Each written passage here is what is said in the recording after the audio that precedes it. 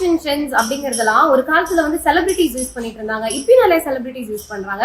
அதை விட்டீங்கன்னா கேன்சர் பேஷண்ட்ஸ்லாம் வந்து மொட்டை அடிச்சிருப்பாங்க. ஸோ அவங்களுக்காக ஒரு விக் வந்து கிரியேட் பண்ணுவாங்க, அவங்க யூஸ் பண்ணுவாங்க. ஆனா இன்னைக்கு பாத்தீங்கன்னா ஹேர் எக்ஸ்டென்ஷன் அப்படிங்கிறது டே டு டே லைஃப்ல எல்லாருமே யூஸ் பண்றாங்க. கலர் பண்ணா வீட்டுல திட்டுறாங்க அப்படின்னா இந்த மாதிரி நீங்க கலர் ஸ்டிக்ஸ் கூட வாங்கி நீங்க அட்டாச் பண்ணிக்கலாம். ஸோ எல்லா ஹேரையும் பிரிச்சுட்டு ஃப்ரண்ட்ல 2, சைட்ல 2, பேக்ல 2, அப்புறம் மெயினா உச்சந்தலையில 1 இப்படி சொல்லிட்டு 7 பார்ட்ஸ் வரும். இப்போ நீங்க பாக்குறது ஸ்கேல்ப் ஆல்ரெடி இருக்கிற மாதிரியான ஒரு விக்கு.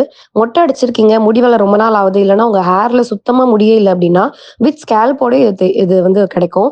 கொஞ்சம் கூட வந்து ஒரு ஃபேக் ஸ்கேல்ப் மாதிரி இருக்காது, உங்களோட வகுடு மாதிரி இருக்கும் பாக்குறதுக்கு. இந்த ஸ்டெப் வந்து ஃபுல்லா ஸ்டிச்சிங். ஸோ இதுல வந்து ஒரு லேயர் வச்சு ஸ்டிச் பண்றாங்க. அது இன்னும் ஸ்ட்ராங் ஆகிறதுக்காக இங்க ஒரு லேயர் வச்சிருக்காங்க. அவங்க இன்னுமே அது ஸ்ட்ராங் ஆகி திக்னஸ் கொஞ்சம் அதிகமா கொடுத்து இந்த மாதிரி வந்து பண்றாங்க. ஸோ நல்ல குவாலிட்டியா பண்றதுனால உங்களுக்கு நீங்க யூஸ் பண்ணும்போது அது பிஞ்சிட்டு வருது, அந்த மாதிரி எந்த ஒரு ப்ராப்ளமுமே இருக்காது. இப்போ நீங்க பார்த்த ஸ்டிச்டு ஹேரோட ஃபினிஷ்டு ப்ராடக்ட் பாருங்களேன், எப்படி சூப்பரா பண்ணிருக்காங்கன்னு. செம்ம ஷைனிங்கா, கொஞ்சம் கூட சிக்கு இல்லாம அவ்வளோ அழகா கொடுத்துருக்காங்க. இது வந்து ஸ்ட்ரைட் ஹேர் இல்லையா? ஸோ இதுலயே வந்து நிறைய வெரைட்டிஸ் நமக்கு வரும். ஸோ இது வந்து ஒன் ஆஃப் த வெரைட்டி. சூப்பரா இருக்கு, பார்க்கவே நல்ல ஹெல்தியான ஒரு ஹேரா இருக்கு. ஸோ ரொம்ப ட்ரஸ்ட்வர்த்தியான லீடிங்கான ஒரு ஹேர் எக்ஸ்டென்ஷன் இடத்துக்கு தான் உங்களை கூட்டிட்டு வந்திருக்கேன்.